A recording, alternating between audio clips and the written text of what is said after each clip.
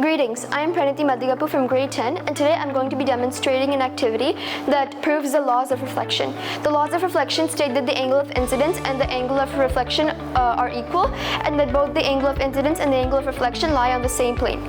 For this experiment, we're going to be requiring the apparatus of a wooden ruler, a drawing board with paper attached to it, thumbtacks, a plane mirror, a protractor and ruler, and something to write with.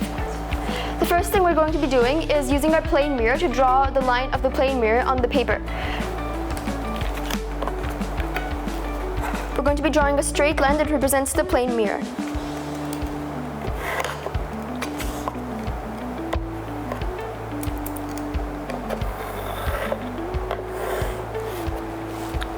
Next, we're going to be using a protractor to make a 90-degree mark that connects with the plane mirror. Using our ruler, we're going to be extending the 90-degree angle to a line which will represent the normal of this experiment. And we'll mark it with an end. Next, taking any angle of our choice, we're going to be placing our protractor, marking an angle. I'm choosing the angle of 60 degrees, and extend that angle, converging at the plane mirror with the normal. Well, this is our angle of incidence. And we're going to be using two thumbtacks to represent the angle of incidence. These thumbtacks will be placed on the incident ray.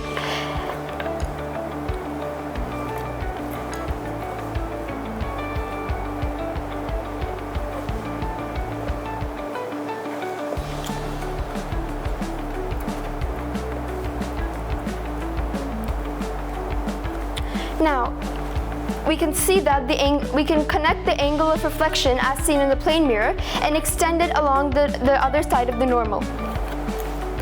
We'll be using thumbtacks to properly align the angle of incidence with the angle of reflection as seen on the plane mirror.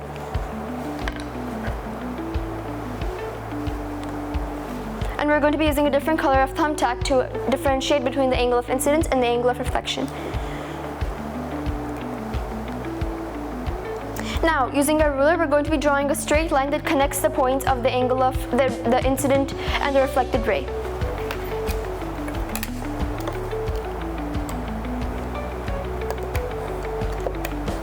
This is going to be our reflected ray. And now we will measure the two angles that emerge from the normal, the angle of incidence and angle of reflection. And if you remember, we took our angle of incidence to be 60 degrees. And using our protractor, we can measure that the angle of reflection and the angle of incidence both equal to 60 degrees.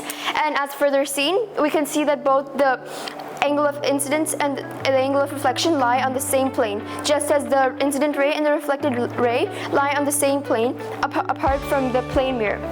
This experiment effectively demonstrates and proves the laws of reflection. This function of plane mirrors has many applications, including their property for being used for grooming, vehicle safety, as plane mirrors are used in rear view mirrors, and they can be used as dentist shaving mirrors and other optical instruments. Thank you.